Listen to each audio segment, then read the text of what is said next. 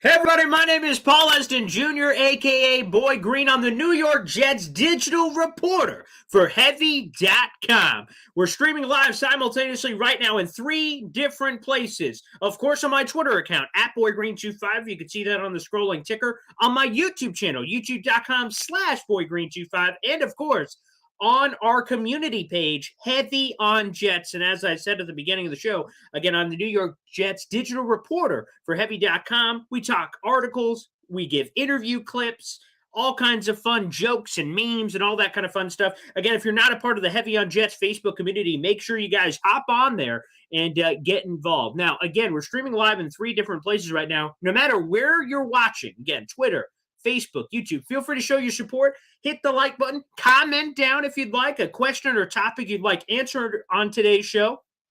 We're going to go for like 45 minutes, maybe an hour. We'll see with what you guys want. Again, we're going to be the breadth of what we're going to be doing here, and I'll bring in our insider here in just a second to talk Penn State football. And the reason why I find it pretty interesting is the fact of the matter is there's been a lot of Jets-Penn State connections recently. Jordan Reed, ESPN NFL draft analyst, who, by the way, joined me on my YouTube channel earlier this week.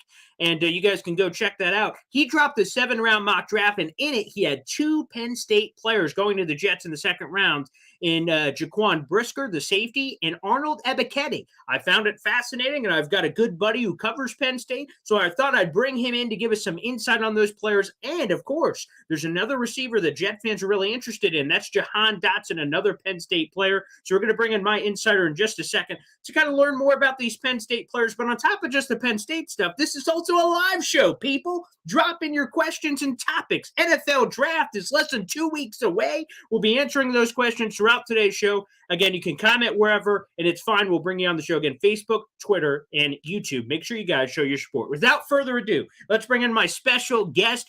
He is the host of the Basic Blues podcast. You can find it on YouTube. You can also find it wherever you find your podcast. Let's bring him in. His name is Morgan Chapman. Morgan, how are you, man? I'm great, man. Thanks for having me on. I'm excited to be here. Yeah, like Paul said, I'm the host of the Basic Blues podcast, also on StreamYard now. So you can follow Twitter, Facebook, Instagram, anything like that. Right at the I put in my name there, at Basic Blues Pod. YouTube channel, www.youtube.com/Basic Blues Podcast on YouTube. So go ahead and check that out. Obviously, happy to be here. We are a few weeks away from the NFL draft, man. I'm so excited. I know a lot of Penn State players are being mocked to the New York Jets now. You've been a Jets guy your whole life. I mean, there's not a lot of Penn State talent on this New York Jets roster currently. So it would be nice to see the Nittany Lions and New York Jets maybe link up for one of these NFL draft days coming up here in the next couple of weeks. It could be fascinating, and like I said, the 2 big points of why this kind of came together, and again, I've always wanted to come onto the show, Morgan, but we're waiting for the right Penn State Jets connection for those dots to be able to cross. Again, Jordan Reed, ESPN NFL draft analyst, dropped a 7-round mock draft, which, by the way, round of applause for Jordan. Goddamn it. 262 picks. I told him this on the show. Again, we have a full interview up on my YouTube channel. I said, he's a wild man. He's crazy. I mean, he gets paid to do this, but 262 picks. How in God's green earth can you even predict that sort of thing? But God bless him. And in the second round, again, the Jets have 2 picks in the second round, 35 and 38. He had the Jets going Jaquan Brisker at safety. And at 38, he had the Jets going with a very talented player named Arnold Ebiketie. We'll be learning more about him as well. By the way, for those curious, in the first round, he had them grabbing Kayvon Thibodeau with the 4th overall pick, a very fascinating player. And at 10, I'm pretty sure he had a wide receiver. That may have been Garrett Wilson. I'll have to double check that one because more of our conversation actually was on the second round and, of course, KT and a couple of other bits. And by the way, because I have to flex when you can, and that's what you do when you bring these kind of guests on the show. People, if you want to stop what you're doing right now and open up a new tab, if you're watching on YouTube, then you already know what to do. Hit the thumbs up button and hit subscribe. We're trying to get to 2,000 subscribers by the 2022 NFL Draft, which, by the way, is less than 2 weeks away. But here is the guest list we've just had this week. Okay, people? And you can check it out in the playlist, Path to the 2022 NFL Draft. We had Austin Gale from Pro Football Focus. He's terrific. We had some guy named Jordan Reed, ESPN NFL draft analyst. We've had Dane Brugler from The Athletic, the architect of the beast. And guess what? I'm going to reveal the rest of the lineup right now for the rest of the week. Tomorrow, dropping on the channel, is college football insider Bruce Feldman. Wow, phenomenal guest. He drops tomorrow morning at 8 a.m. And on Saturday, I currently have a conversation scheduled. Now, normally you're not supposed to tease the interview that isn't recorded yet, but right now on the books we have Mike Tannenbaum, who I've never spoken with before, and that one set up, former Jets general manager, to give us that kind of insight into the NFL draft. Coming up on Monday, Emery Hunt from the Football Game Plan will be joining us. So I can't have enough interviews, and I'm scheduled to speak with Devin Lloyd, linebacker from Utah, who's projected to be a first-round draft pick. So we got so many great guests, guys. Make sure you support the channel. Again, youtube.com/boygreen25, right there on the scrolling ticker. Morgan, I want you to give one more quick plug before we dive in full bore. Yeah. Where can everyone find the podcast, where they can follow you, man. Give us all the dirty details. Yeah, absolutely. So if you're interested in more Penn State content, of course, I have the @ in my name there, @BasicBluesPod on all social media. So I'm talking Twitter, Facebook, Instagram. If you want to check us out, we're there. The YouTube channel is youtube.com/BasicBluesPodcast. Again, you'll find that link in the bio of my Twitter page. So feel free to subscribe. Have quite a few videos up there, also on StreamYard now. So creating a lot of good content for the NFL draft and getting excited for the 2022 college football season. Penn State's blue-white spring game is next Saturday. So getting a little bit amped up for both of those things. The blue-white game coming up for Penn State fans. Also the NFL draft, where a lot of these guys, their dreams are going to come true. I believe I saw in a lot of mock drafts, 9 Penn State players being selected the next couple of weeks. So Penn State has been able to produce a lot of NFL talent in the last couple NFL drafts, of course. Micah Parsons just won NFL Rookie of the Year for the Dallas Cowboys. There's a lot of guys coming out. Freiermuth, right? Pat Freiermuth obviously has been a tremendous talent. Odafe Owe on the Baltimore Ravens has been an awesome talent as well. So Carl Nassib, right? Yeah, a lot of guys have been coming out of Penn State in the last few years, and they've really been, making their impact in the NFL. And I think that speaks volumes to the strength and conditioning team that Penn State has. They've just been really be able to work these guys into a pro-style college routine, where they're not only just going to class and obviously hitting the books hard and hitting the field and playing games. They're also preparing for that next step in their career, if that's on the football field or not. Penn State's done a tremendous job of just being able to have these guys be pro-ready athletes. So I'm really excited for a lot of these guys that you mentioned here earlier in this mock draft. And by the way, again, guys, you can jump in the comments throughout today's show, and I highly recommend it. This is an interactive show. We like engaging with the fans. I already see one in here, Mark Orlando from YouTube. Good job on the lineup, Paul. Again, I pat myself enough on the back, but it's nice when other people do it too. You know what I mean? So, Mark Orlando, thank you very much for an outstanding lineup. It's a ridiculous superstar lineup. And again, I hope you guys get your fill, because I do this for the fans. You know what? When I put this stuff together, and I think I speak for Morgan too when he's putting out content, that I try to put out what I would enjoy. And again, getting this insight from a lot of different people in the Jets draft, to me, I think just brings a different level of expertise. And again, the star power is kind of cool too, because again, you see these guys on national TV shows. Jordan Reed is on ESPN. You turn on the tube, you're like, whoa, Jordan Reed. And to be able to get him on a homegrown level, a local level to talk Jets, just one-on-one, mano-a-mano, I just think brings a special sauce to the table. So Mark, thank you so much. And again, highly recommend, just like Mark, YouTube, Facebook, Twitter, wherever you guys are at, drop in the comments. You can get involved on the show if you have questions. Again, we're going to talk some NFL draft in general. We're going to talk New York Jets, of course, and specifically about some of these Penn State players, which are commonly linked to the New York Jets, which I find interesting. With that being said, Morgan, get the scuba gear on. It's time to dive into the deep end of the pool. And that first guy I want to bring up is Jaquan Brisker. Again, in Jordan Reed's latest mock draft, he had Jaquan Brisker going number 35 overall. Now, as we evaluate the safety class coming in, it seems like the safety everyone talks about is Kyle Hamilton out of Notre Dame, and a super talented player, a guy that at one point was considered a consensus top 5 pick, but with some of the lack of pop in the athletic testing numbers, he has been stumbling down the board. But a lot of people haven't talked about the rest of the safety class, which has a lot of interesting names. Seen out of Georgia, Jaquan Brisker, among others. But let's specifically hone in on Brisker here. What does he bring to the table? What makes him so special? And ultimately, will he even be available for the Jets with a 35th overall pick, or could he be a first rounder? Yeah, I mean, in my opinion, I think he was a first-round draft pick this year. I think he should be anyways. I thought Detroit would take him with the 32nd pick overall, but they did sign Deshaun Elliott from the Baltimore Ravens yesterday. So I don't really know if they're going to still have that desire and need. It was like a 1-year deal. So again, they might get Brisker obviously as the future in that position, but either way, I'm not entirely sure if he'll still be there. Now, Jaquan Brisker, what he brings to the table, Paul, is a desire to be on the field, right? This is a guy who came from Lackawanna Community College, which has been a pipeline for Penn State over the last couple of years. They've been able to grab a lot of talent from that school. So he's a JUCO guy, right? And in my opinion, I just think JUCO guys want to be there more than the rest of them. He's not a 5-star recruit. He's not someone where he's getting the Lamborghinis and everything else in the NIL deals. He's just a guy that wants to work hard and be there. And so when him and Jahan Dotson decided to come back for the 2021 season, they came back because they wanted to prove something to the rest of the world that Penn State's 2020 season was a fluke. It's not the real deal. They want to step up on defense. He was the leader in that locker room this season. This guy plays all over, like a million miles an hour all the time. He reminds me of a mixture of, Jamal Adams as far as the tackling style, but better ball skills, much better ball skills. But he's just that kind of fierce breakdown tackler. I had a couple of clips on my Twitter page, again, at Basic Blues Pod, where he's breaking it down against Auburn.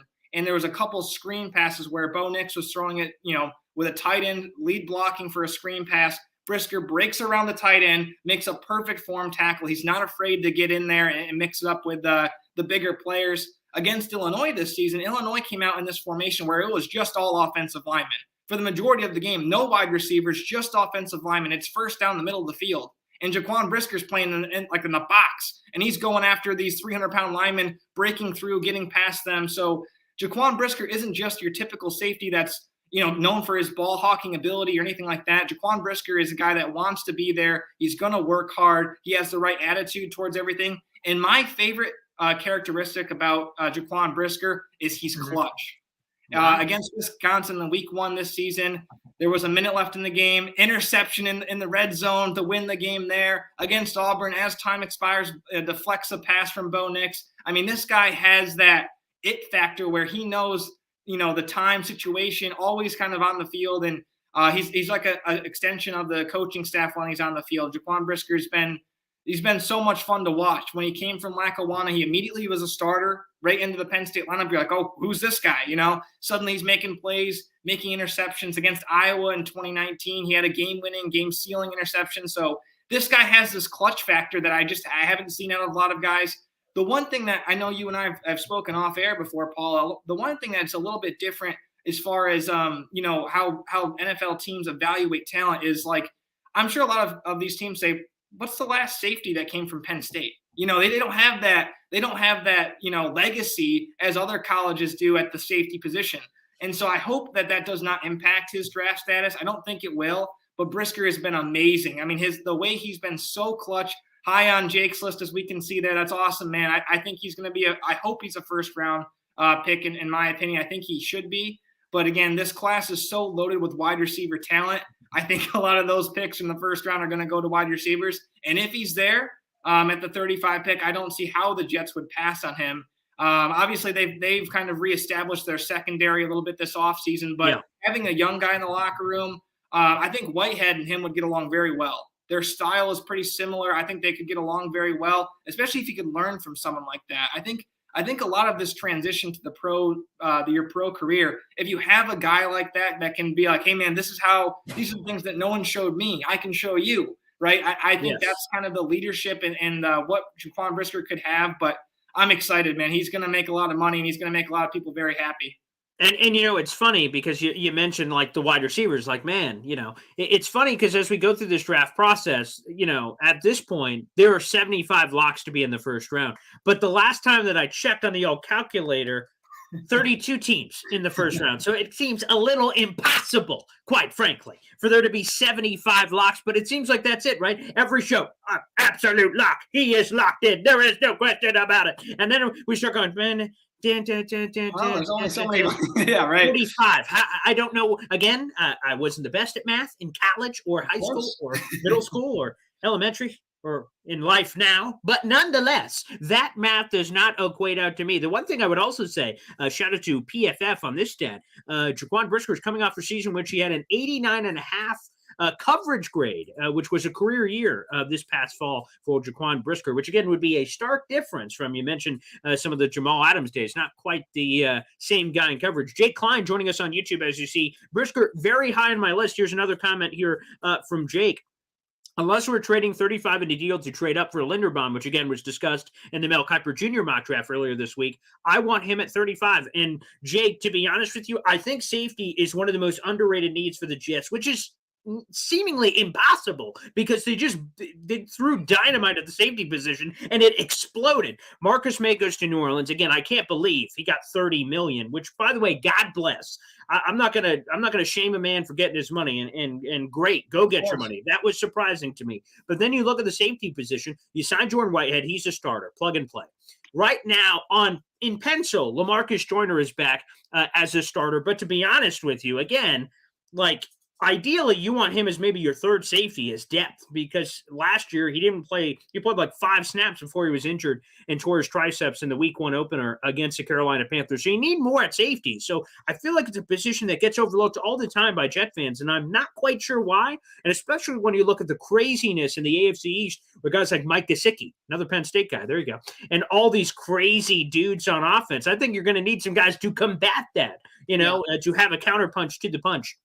So I think safety should be high up there. That is a good point, Jake, that I would love to see that. Again, Jaquan Brisker certainly getting some love. Again, another reminder, everybody, make sure you drop in questions. Again, we're not just talking Penn State. That is, of course, why we brought Morgan on, but he talks NFL draft as well. So wherever you are, feel free to drop in questions or topics. We're streaming live right now on the Heavy on Jets Facebook page. Over 17,000 in that community. Welcome, everybody. My YouTube channel, youtube.com/BoydGreen25. Again, check out the wonderful guests this week, Dane Brugler of The Athletic, Jordan Reed of ESPN, and so many more coming. Bruce Feldman, College Football Insider, will join us tomorrow morning at 8 a.m. And then Saturday, we got Mike Tannenbaum scheduled, the former Jets GM. And, of course, on my Twitter account as well, @BoydGreen25. Another reminder, of course, make sure you follow both of us on social media. My scrolling ticker is down below, @BoydGreen25. And I will hide Jake's comment real quick, @BasicBluesPod there for Morgan Chapman. And, folks, branding Basic Blues Pod everywhere, not Basic_Blues Pod 36,000. No, that just makes it difficult. What was that? Was that a 2, a 4? No, Blue. Basic Blues Pod, baby. It's just that simple. So again, wherever you guys are watching, though, drop those questions and comments in. We'd love to answer them and interact with you guys on the show. Let's get a couple more random questions in here. Utah Utes Football Digest. Okay. Oh, wow. Love Brisker. I think people are underrating him. He might not even be there at 35. Yeah. Again, Utah, that was kind of my original point to Morgan, is that, it depends. Someone's going to be there. Again, it happens every year where first-round players are available at the top of the second round. And I've said this throughout our Mock Draft Monday series. T. Higgins a couple of years ago. I don't think anyone saw T. Higgins being there for Cincinnati in the beginning of the second round. Again, I can think historically, guys like T. Higgins, Landon Collins shouldn't have been there. Now, we all know what has happened since. But again, he was a really good player in the league for a while. Xavier McKinney is another one that fell into the second round. There's just been so many players historically across multiple positions. Elijah Moore last year for the Jets. So there's players that slip all the time. Again, I've said it throughout our Mock Draft Monday series with all these different draft guests. My favorite part of the draft is that top of the second round. And while there's been a lot of rumors and speculation, again, those picks wouldn't exist if the Jets would have gotten Tyreek Hill or somebody else. So those picks are hanging in the balance. But if they keep them, I'm more than happy, because you reset the board after day one and you get to attack in day 2. So he may not be there, Utah Utes, to your point. Let's welcome in Hector Santos. Hey, guys, what's popping on Facebook? Hey, appreciate it. Hey, Hector, if you guys have questions, drop those in as well. Jake Klein, Chiefs. I could see taking him to replace Honey Badger, one of their first rounders. I will also say the Chiefs signed Eric Reed from the Houston Texans to a massive deal, 3 years, $30 million and change. So they did bring in Reed as a replacement safety, but they still could use him. I think Jordan Reed actually mentioned that. A lot of Reeds. Jordan Reed actually mentioned that on the show about a possibility. And let's go to this one, because this is the next natural progression here, Morgan, for the next Penn State player here from Jake. I'm going to assume that was Ebiketie, and the typo gods took you over there. So is Ebiketie worth having faith in as a starting pass rusher in the second round? I'm an Ohio State fan and saw some flaws with him. Morgan, I guess I'll throw that one right over to you. Yeah, I'm not going to lie to you. When I saw his name pop up on the transfer portal and when Penn State ended up accepting him, I'm like, how the heck do you pronounce this guy's last name? Until the first game, of course, against Wisconsin. I think AK is going to be a very talented pro. I mean, his progression over the last few years has been insane. He had his career high in sacks this year, 9.5 sacks. He transferred from Temple, right? So when you think about the transfer process, you think about getting a small school guy, it's really going to depend on a couple of different things, right? The competition level, where they're playing at beforehand, and when they come to Penn State, can they handle, obviously, the Big Ten play? I mean, when you think about Big Ten football, we're talking offensive linemen and defensive linemen in the trenches, right? And so that first game when Arnold Ebiketie had the blue and white on against Wisconsin, play after play, I mean, blocked field goals. I'm talking sacks like crazy. This guy is a heck of a talent. I think he probably just needs some guidance, like I said. Adafe Owe last year. Justin Houston was in Baltimore. That's the guy who said, hey, take you under my wing. I'll show you all kinds of pass rush techniques. Adafe Owe had 0 sacks last season, when he's coming out of college to go to the NFL. Yeah. So look at the season he had in the NFL as a rookie, just from having that mentorship. I think Arnold Ebiketie probably needs something like that as well, just someone to show him the ropes a little bit. But he's got all the tools, all the moves, a different desire to be one of the best pass rushers in this draft. He's going to fall below, obviously, all the other names just because they're just, they're talked about more, right? Thibodeau and Hutchinson and everybody else, they're going to be the most talked about guys. They're probably going to go before him. I think he's 100% going to be available in the second round, and I'd love to see the New York Jets take him. Here's a guy that I'd love for him to learn from, Carl Lawson.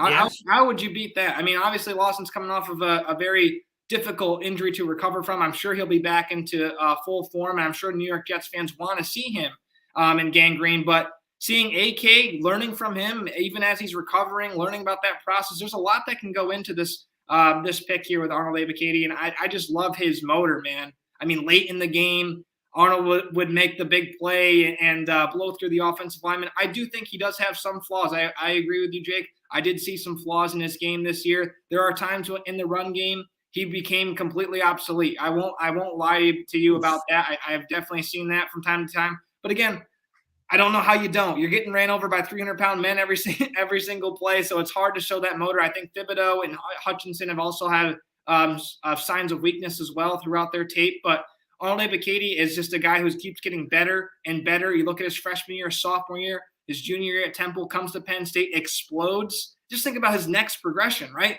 to the pros, where he's getting that pro workout in, and he's getting, the training from NFL talent. He just needs, I think, a little bit more guidance. I think Penn State has prepared him to be a professional, and I can't wait to see what's going to happen to him. I wouldn't be shocked, again, if he goes early second round or even sneaks into the first round. It's all going to depend on what teams evaluate these guys, right? There's so many pass rushers. There's so many wide receivers. Like Paul said, there's only 32 picks in the first round. So someone's going to slip into the second round. If it's Arnold Ebiketie, someone's going to get a steal. He's been a really, really terrific addition to Penn State this year. And coming from a smaller school like Temple, playing Big Ten football, like I said, when you think about a lot of the offensive linemen that get drafted year after year, they're either coming from an SEC school or they're coming from a Big Ten school.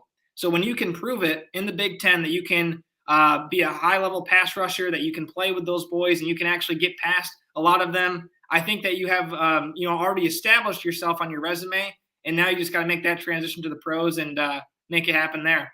And again, Morgan is the, for those who are joining us late, is the Penn State insider here. So again, I'm just humble boy green. But one thing I would say as part of the question that I would jump in with, and this was so important for Ebiketie during this offseason process, when you come in at 6'2" and 250 pounds, you have to be absolutely elite in your athletic testing numbers. And guess what? He absolutely was, both at the combine and here are some of the numbers just from the combine in terms of some of those elite numbers I'm talking about. Again, he had 21 reps on the bench press. Very nice. Vertical jump 38, broad jump 128. Again, these are the kind of absolutely insane athletic numbers you want to see compared to the tail of the tape. Those two things need to mesh. Again, if you don't have the same size and the weight size as some of the others, you have to overcompensate in other areas. And he did in the elite athletic testing numbers. And sometimes people will say, well, what the heck do the testing numbers mean? Again, it equates to your tape.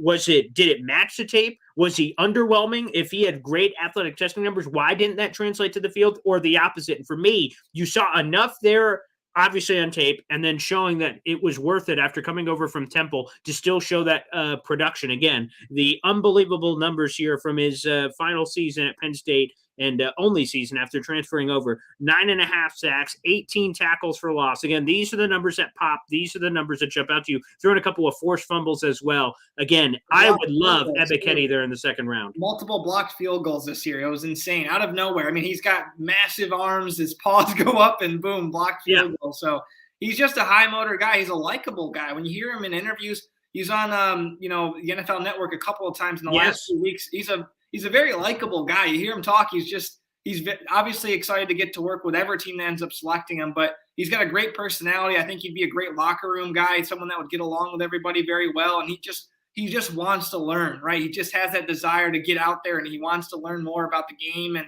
he has a lot of really solid pass rush moves already. I'd love to see him really hone in on that technique and see him take his game to the next level when he becomes an NFL superstar. And speaking of the NFL Network, the thing I would love to bring up from that interview, which he brought up, which really stood out to me, is he is a native of Cameroon. And the thing that stood out is it seems very important to him to represent the international game and players coming from all over the planet. And he seems to be, he wants to be a poster boy. He wants to plant the flag in and just be that kind of guy that can represent not only for his country, but overall in terms of international players coming in. Again, that was very prevalent in the NFL Network interview. Again, guys, I'm seeing questions come in. Keep them coming, baby. Again, draft, Penn State, whatever you prefer. Absolutely. I see some Penn State questions coming in and others, so make sure you guys send them in. All right, this one's off the beaten path in terms of Penn State, but again, that's perfectly okay. Let's go to Hector Santos on Facebook. What are the Jets looking for in the draft this year? Well, Hector, how much time do we have? I mean, that's what I have to tell you. Here's the thing. A couple of positions that they're going to be interested in, and I'll gloss over a couple of these because we have a lot of questions coming in. Edge rusher, obviously. You have Carl Lawson coming back from a ruptured Achilles. Again, another interview that will be coming up. I'm speaking with Carl Lawson's trainer that is actually working with him behind the scenes from that ruptured Achilles, and things they're working on behind the scenes. I'm going to save that conversation for after the draft, so keep an eye out for that one during the summer. We'll release that one here in a couple of weeks. But edge rusher, you don't know what you're getting back from Carl. I love Carl. I think he's an explosive player, and coming off an Achilles where you need to explode out of your stance, and he looked phenomenal last summer. They need to add more edge rush. I think they got a lot of interesting bodies just overall on the defensive line with guys like Quinnen Williams, John Franklin Myers, Carl Lawson. Bryce Huff is a forgotten man there as well. Sheldon Rankins from an interior perspective. They just added Solomon Thomas, who I believe is going to play more so defensive tackle in this scheme. Again, you got a lot of versatility there, but I want to add an edge in this draft. Off-ball linebacker is important to me. Corner, safety, as we talked about with Brisker. More interior defensive line would be nice.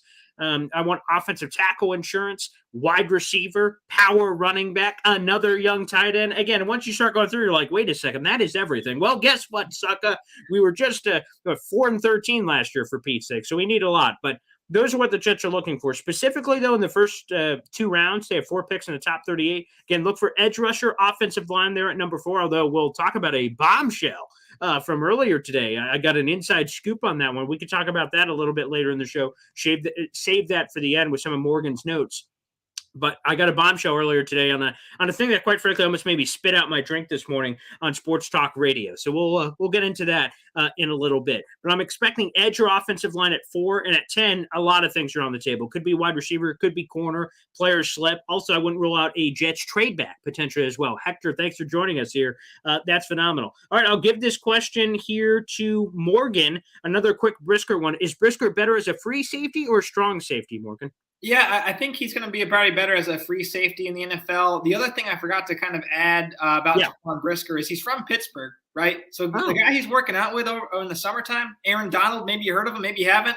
I've seen him post many videos working out with Aaron Donald. This guy's got that kind of strength and desire to him. I think he's going to be a free safety in the NFL with his rangy ability. But again, I could see him coming down the box from time to time. So. But Brisker's going to be able to play all over the place. And I'm really excited. If he lands in New York, I think that'd be a wonderful spot for him too. With Robert Saleh, that mentality, I think that's going to align very well if Jaquan Brisker did land with the New York Jets. Okay, another quick Brisker one here. This one from John Kerfuffle. I'll go Kerfuffle. That's not how you pronounce it at all, but it sounds about right on YouTube chiming in. Morgan, are you concerned at all about Brisker's injury issues? Seemed like he was hurt a lot and not faking it like Iowa seemed to think. Yeah, that's a wonderful comment, John, right? So just to catch you up to speed, Paul, so during the Iowa game, There was quite a few injuries on the defense side of the ball. A lot of them were legitimate. PJ Mustipher, one of the best defensive tackles in the Big Ten, one of the best players on Penn State defense, goes down with a season-ending injury during that game. And the fans were booing them at that point because they thought they were faking injuries, which is, it doesn't happen, right? It doesn't really happen unless you're talking about like Tennessee and the SEC. Jaquan Brisker, obviously, he has some injuries in his career. During the Wisconsin game that I mentioned, he had that game-sealing interception. He was on the bike a lot of the third quarter because he cramped up a lot and stuff like that. So, no, I'm not. I'm not really worried about his injury issues. I never thought that they were massive injuries that are going to keep reoccurring over and over again. I think it was probably more nutrition, hydration type stuff that was happening to him during the games. And he just plays so darn hard. He's just always flying around. So I think if he gets the right coaching as far as, being able to hone in that skill and being able to know when to go full go and when to maybe back off or something like that. I think there was times this year where he cramped up a lot, so he was out of the game. But I don't think injury should be a concern for Jaquan Brisker. If you look at the tape, you study these games, you're going to say, hey, where's one? I don't see him out there. Yeah, he's on the stationary bike just trying to get back into the game. But he knew when his team needed him, like against Wisconsin, he comes flying back on the field, makes a game-sealing interception to win the game. I mean, this guy has had minor injuries throughout his Penn State career, but they've never been anything major where it's going to, when he becomes a pro, keep reoccurring over and over again, in my opinion. Again, everybody, another reminder, make sure if you're on YouTube, like the video, hit subscribe. We're trying to get to 2,000 subscribers by the NFL Draft, less than 2 weeks away. I understand it's an ambitious goal, but I know we can all do it if we all come together. You tell a friend, tell your gam, tell your grandma. I don't care. Let's try to get some of those subscribers up, baby. Let's keep it going. Again, your questions are welcome here on the show. We're doing a live stream here, of course, with Morgan Chapman. I'll hide John's comment here. Again, at Basic Blues Pod. Make sure you check them out for cool Penn State stuff. And again, we're talking draft in general and Jets talk. So all of that is on the table. Let's go to Eric Weinstein on Facebook. Take Winfrey in the second. He can play any position on the line and wants to be a Jet. For those who are wondering who the heck he's talking about, that is Perion Winfrey of Oklahoma. And interestingly enough, he was down at the Senior Bowl, where interestingly also enough, the Jets were coaching him. Muy interesante, I would say, Eric. And by the way, there's a lot of connective tissue there. The Jets were down at the Senior Bowl for the first time since 1979, coaching down there. So they were coaching down there, players that are on the roster, and I'll reshare that video once we get a little bit closer to the draft. But One Jets Drive, which is basically the Hard Knocks version of the Jets that they released during the summer and spring, they had all these quick clip videos of Robert Saleh, Joe Douglas, and several coaches being impressed by a player going, whoa, can you believe that guy? And they didn't say who the player was, but I grabbed that video and threw it out to Jets Universe and said, guys, who do you think they're talking about? That could be Winfrey, who absolutely exploded down there in Mobile, and he could be available in that second round, could make a lot of sense. The one question I have, and I wonder if we can get the answer before the end of this live stream, Winfrey, after winning all these awards and doing so well at the Senior Bowl, had all his stuff stolen out of his car, his jersey, his Senior Bowl MVP trophy, and so many other things. The thing I don't know, and he's done interviews since, has this man found that gear? Can somebody let me know? I've not been able to find that out, but I hope he has, because what a scumbag move for someone to try to steal that stuff. And if I see that on eBay, baby, we're going on a road hunt. We're going to go find that guy.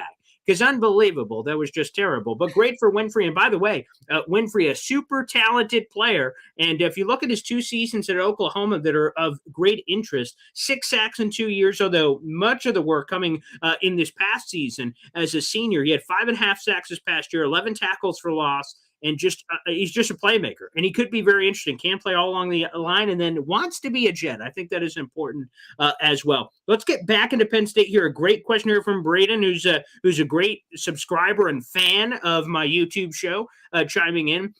Morgan, can you give us some insight on Brandon Smith? He seems to be all over the place in mock draft simulators. By the way, on the latest PFF, and we'll get back to Jahan Dotson, by the way, so I'm skipping over him. We'll come back to him later. Brandon Smith is ranked 63rd on the overall PFF big board as a very interesting linebacker prospect at 6'4", 250 pounds. Morgan, what can you tell us about this kid? Yeah, he was a 5-star recruit, right? So he came in with a lot of talent, and he just, he never really learned how to tackle appropriately in the college level, unfortunately. He had this crazy ESPN top 10 SportsCenter moment against Idaho in 2019 where, Penn State's up 76-0 and he decleats this kid. I mean, it was like a screen pass and the guy's like, oh no, gotta stop. Yeah, so it was probably one of his highlight moments. And obviously look it up on YouTube if you think I'm lying.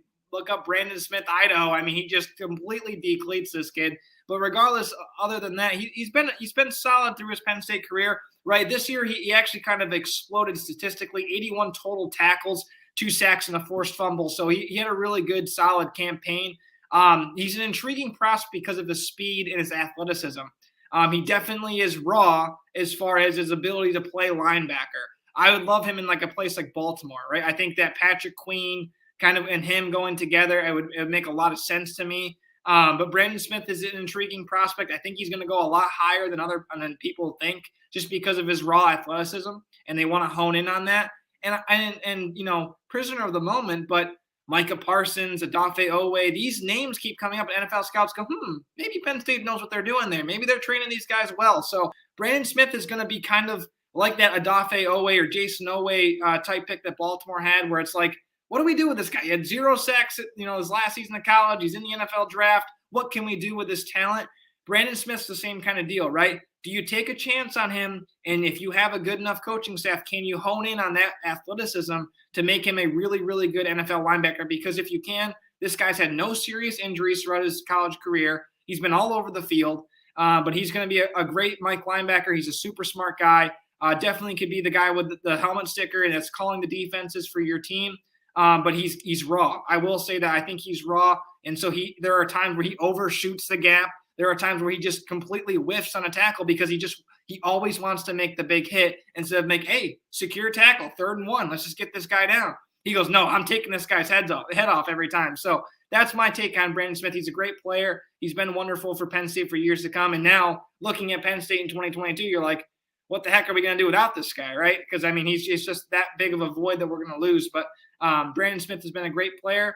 Whoever takes him, they just need to have the right coaching staff to kind of hone in on his talent. No question about it. And, of course, I have to do this. Super chat. Yes, sir. That's what happens. NY2 FLA Jets fan sending in a super chat. And before I answer the super chat, which, by the way, thank you so much. This makes all the world of a difference. If you guys would like to do a super chat, first off, you give a tip and you support the channel for all the cool guests we're having, just like Morgan Chapman and all the other big ones this week, like Jordan Reed, Dane Brugler, Mike Tannenbaum's going to be later this week. We have Bruce Feldman joining us tomorrow morning. So many big ones. Guys, this money helps us support, helps us try to get those things and bring different things to the table. So the more you guys can support, the better. And again, thank you so much. So let's answer this question. Love cool, context, BG. Malcolm, it's Morgan, but what are your thoughts on Pat? It's close enough. You know what? If you send in a super chat, you can call me Jeff as far as I'm concerned.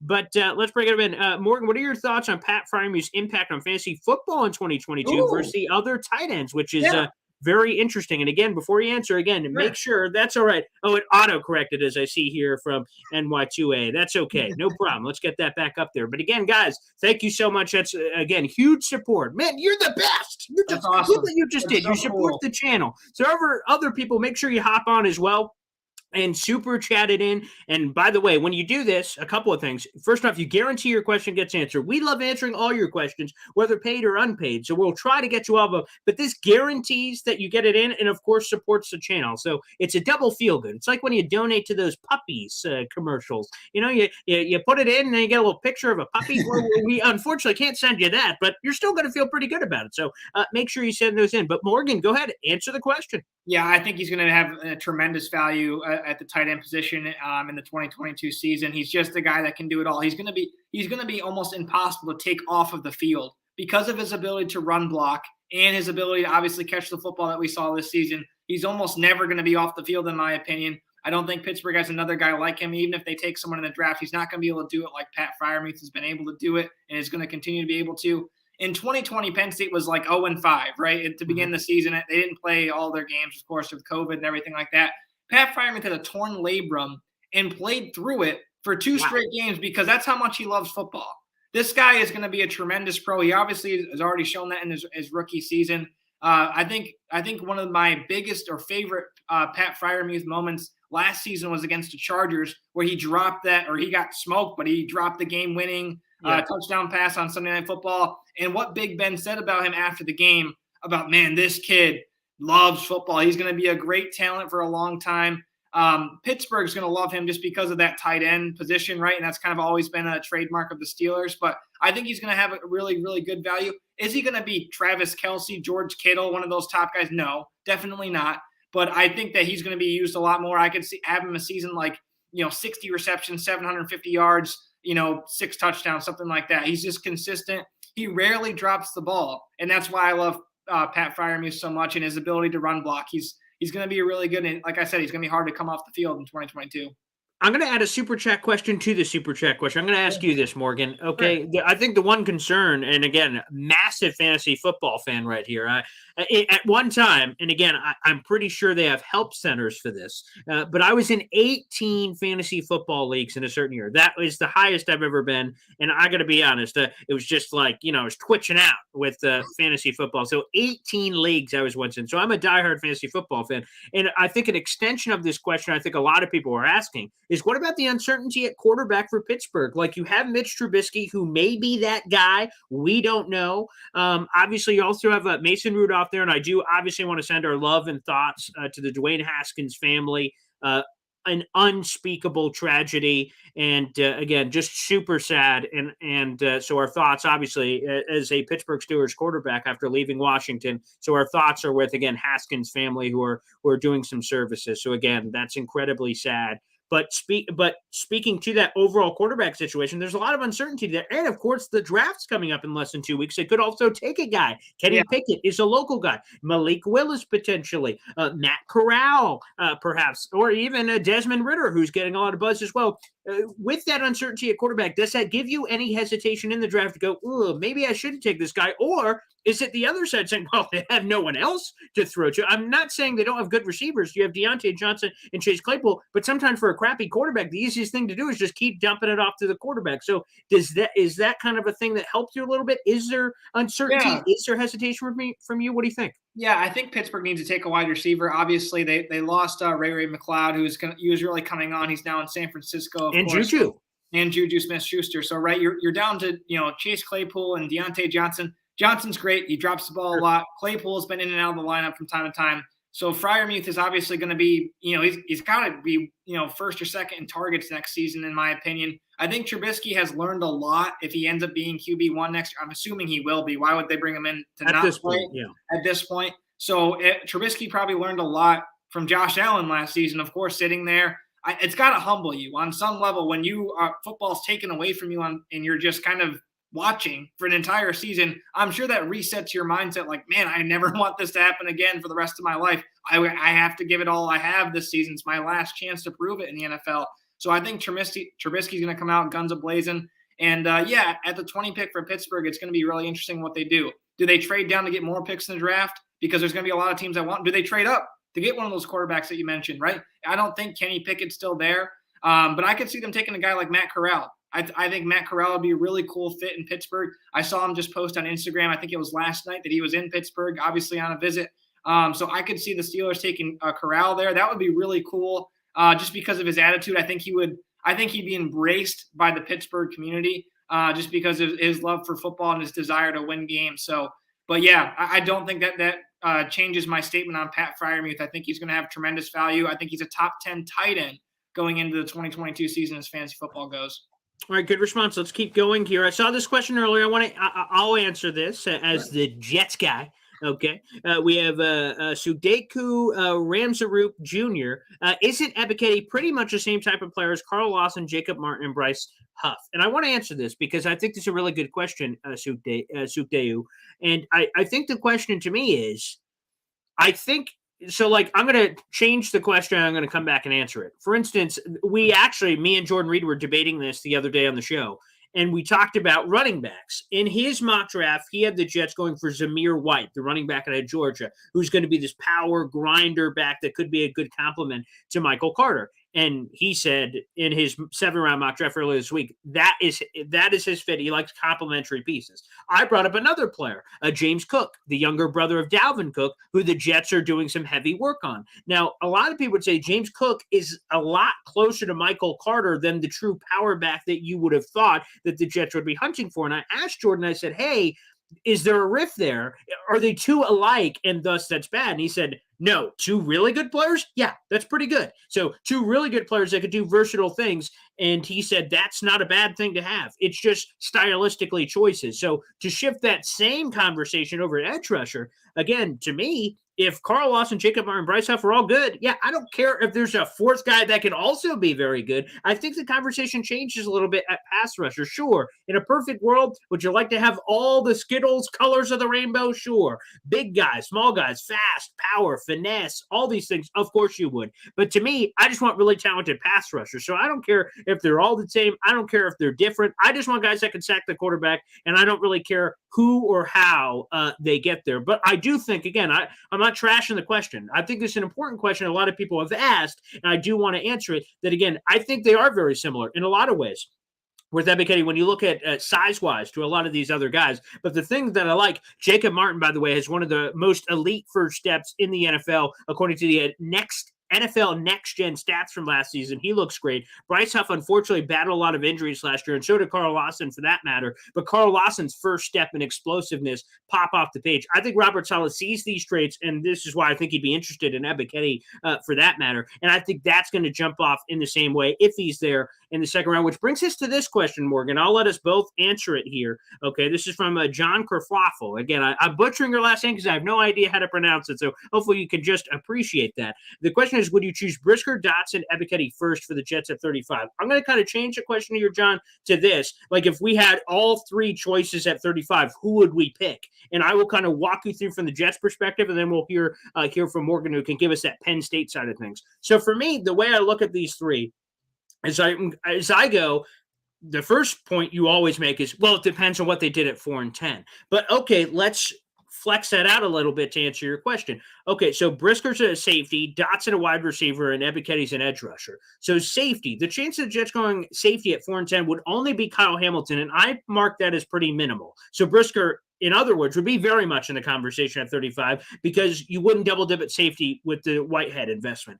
Now, going to Dotson Ebiketie, that's where it changes. A popular mock draft pick is wide receiver at 10. And if they do that, they're, of course, not taking a wide receiver in the second round. Now, edge rusher in Jordan Reed's mock draft, I've mentioned him a couple of times. In his 7-round mock draft, he had the Jets double dipping with Thibodeau and Ebiketie, which I think is a philosophy they could get. So I'm going to put Brisker very much as an option. Now, I'm going to kind of remove Dotson from the table. We still have not asked Morgan about Dotson, and there's a cool fun fact from my radio interview this week that I want to bring in about Dotson. We could do that after. I see some Dotson questions are in here from Jake Klein and a couple others. We'll get to that in a second. So to answer yours, it would be down to me between Brisker and Ebiketie. And I'm going to go Brisker because I think there's it's not a 0% chance because, again, if Hamilton slides, of course they could take him and maybe he's there at 10 and they just like what they have. I think they'd attack other positions personally before they'd go after safety. But I would put, again, Brisker and Ebiketie there. I'm going to go Brisker as the pick. I would make it 35 to rearrange the question. Again, if all three guys are on the table, who would the Jets pick first? I think it's Brisker because I just feel like there's a chance they could address wide receiver or edge earlier in the draft, less so a chance at safety. Morgan, give us the Penn State perspective on this. Yeah, I think it's interesting. I would go Dotson at 35, of course, because that's just my humble opinion. I think Jahan Dotson is one of the best wide receivers in this draft class, of course. But for the New York Jets perspective, if I'm kind of bringing both worlds together, I don't think Jahan Dotson would be the pick at 35 because he's just not a guy that they probably need on the roster. I think Elijah Moore and him are very, very similar. He'd probably be my comparison, right? Elijah Moore and Jahan Dotson are pretty darn close to the same type of player. I think the Jets need a big body wide receiver like a Drake London, like a Garrett Wilson, someone like that. I think they take someone at 10. I'd be really surprised if they don't take one of those big name wide receivers in the beginning. I think Jahan Dotson, although he is smaller, he's going to have a very significant role in the NFL, and I think he is very much a first-round pick. I have him going to Kansas City. I think he'd be a wonderful pick in Kansas City in the slot position there, but he's proven he can play all three positions in the NFL. as well as his time at Penn State. But if I had to prioritize everybody at the 35 pick, I would go Dotson, Brisker, then Ebiketie. That's just from me personally. But Sure. again, I don't know if he fits in on the Jets roster because of Elijah Moore. It'd be cool to pair the two together, but then you also have Braxton Berrios, another guy who's kind of similar, right? That scat wide receiver where you want to bring him around and, jet sweep with him from time to time. Having three of those guys out of your available wide receiver room, I think it'd be tough, right? I'm not saying that Jahan Dotson's only a scat wide receiver, but having three guys the same build, you start thinking about, well, what about the size? What about the red zone, right? Just having Corey Davis isn't good enough for the Jets to win football games. So I think that they really probably need a bigger body wide receiver for the future. But again, I would go Dotson, Brisker, then Ebiketie to answer your question.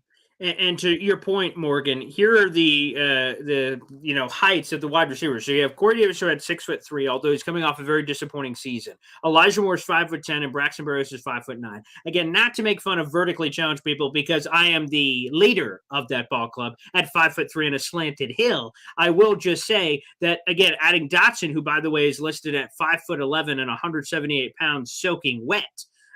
Quite frankly, again, to Sudeiko's point earlier in terms of getting different guys, to me, if I was picking, that's why I'm so high on Drake London, quite frankly. He brings him something different to the table, red zone, mismatch, all those kind of things that I think would stand out to the Jets a little bit more. Again, Dotson's a good player, and I'm going to share that nugget here in just a second after we share a couple of these clips from Jake Klein. Dotson, I believe, will break the first round. There's a lot of people who say that. I have more on that in a second. And specifically, Packers and Chiefs, end of first round wide receiver needs, again, to what Morgan just said. Here's a nugget I got from an NFL insider, Mike Kay, who works for the Pro Football Network, a great guy. Here's what he said on my radio show earlier this week. He said this: Jahan Dotson, he believes, is a versatile, explosive wide receiver who he believes, this is Mike Kay's opinion, the NFL insider, that he will have a better career, has the potential to have a better career than any other wide receiver in this entire class. That made me go zoinks. That made me go zooey mama, because you think about some of the other higher ranked, higher thought of receivers, from Drake London out of USC, Traylon Burks out of Arkansas, Garrett Wilson, Chris Olave, Jameson Williams, of course, who we haven't mentioned yet. All those receivers are more thought of than he is. And then there's others like Christian Watson and so many other guys that are all thrown out in the mix. I do believe, to Jake Klein's point and to Morgan, who we mentioned earlier, who likes the fit on the Kansas City Chiefs potential, I think he could very much go in the first round. By the way, another note from Mike Kay, he believes he'll go in the final 10 picks of the first round, which is somewhere in that 22 to 32 range for those counting at home. But Dotson is a very interesting player. I'm just not sure how he's going to fit potentially on the Jets, because, again, I really, really think you need that different kind of guy. But I want to throw this extra Dotson question in so you could get your thoughts in here. Yeah. Morgan, Utah Utes Football Digest asks, can Dotson be a number one wide receiver? Thank you. Yeah, because here's the thing, just from a Jets perspective, I'm fine if you bring in, even, again, Dotson's listed at 5'11". I'm fine if you bring in a 5'11" guy who's capable of being a number one wide receiver, because that's what the Jets are missing. So if there's similar skill sets, that's fine. Again, to my other point, again, they're two really good players, then good. No problem there. But can you answer this question, Mr. Penn State insider? Can Dotson be a true, bona fide number one wide receiver? I'll tell you, when number 5 wasn't on the field last season, I don't know if Penn State would have scored any points. That's how I'll put it. He was that much of a threat, and he was that much of a number one option in the last 2 seasons. Let me read you some stats here. So his freshman year in 2018, he had 13 receptions for 201 yards. Again, true freshman from Nazareth, PA. Super small guy, not really ready for the college game yet. Saw the field because of his potential. And then his junior year is his sophomore year is in 2019, 27 receptions, 488 yards, and 5 touchdowns, right? And then you think his junior year, 2020, he becomes the number one. He explodes during that COVID campaign, 52 receptions, 884 yards, and 8 touchdowns. And then last year, his senior season to say goodbye to Penn State, 91 receptions, 1,182 yards, and 12 touchdowns. Against Maryland this year, man, I've never seen a guy completely say, hey, timeout. I'm going to take over the game, and we're going home. That's what Jahan Dotson can do. I mean, he's explosive. He obviously ran a 4.43 40-yard dash at the NFL Combine. He had a really good vertical leap as well. And the cool stat about Jahan Dotson is his drop rate. He has a 5.1% drop rate, which you might be saying, who the heck cares about that? Yeah. The only guys lower than him is George Pickens, Sky Moore, and Chris Olave. So Wow. he's got an incredibly great hands, I should say. He definitely could be a number one wide receiver. I think he's going to be a great talent. He's ready to play right now. His game is ready for right now. It's no way you got to get this guy up to speed. He's playing that first game on Sunday in the NFL season. So, yes, I think Jahan Dotson could 100% be a number one option at wide receiver. I was saying earlier about the New York Jets. Do you want your number one option to not necessarily be a red zone target in the league? That's what my point was. Because, again, I think when the New York Jets selected Denzel Mims, they're probably thinking maybe this guy could be it. They get Corey Davis, maybe this guy could be it. Obviously bringing in a lot more tight ends in the offseason. So I think they're still in the need for the Calvin Johnson type frame guy where it's like, man, lob it up to that guy. And it's 6 every single time for Zach Wilson. I think they're still in need for that. And so that's why I don't think they would select Jahan Dotson, because I don't think they view him the same way I'm talking about him right now. All right, let's get another question in here. Hector Santos, are the Mets looking to trade in the draft to get more picks in? By the way, the MLB draft 2022 is July 17th through the 19th. There for the Mets, and I see they've got like 7 picks in this draft, both in the 2 in the first round, 2 in the second round, 1 in the third round, 1 in the fourth round, and 119, 90, 75C, 52, 14, 11C. I'm going to be honest, I don't know what any of that means, but I will tell you this: I'm assuming you're going to be talking about the Jets, not the Mets. So I unfortunately cannot answer if this was a baseball question. I'm sorry, I'm going to have to pass on this, Hector, but I'm going to assume you're talking about the Jets, and if they're looking to trade back, I'm assuming to get more picks in, it is possible from 10.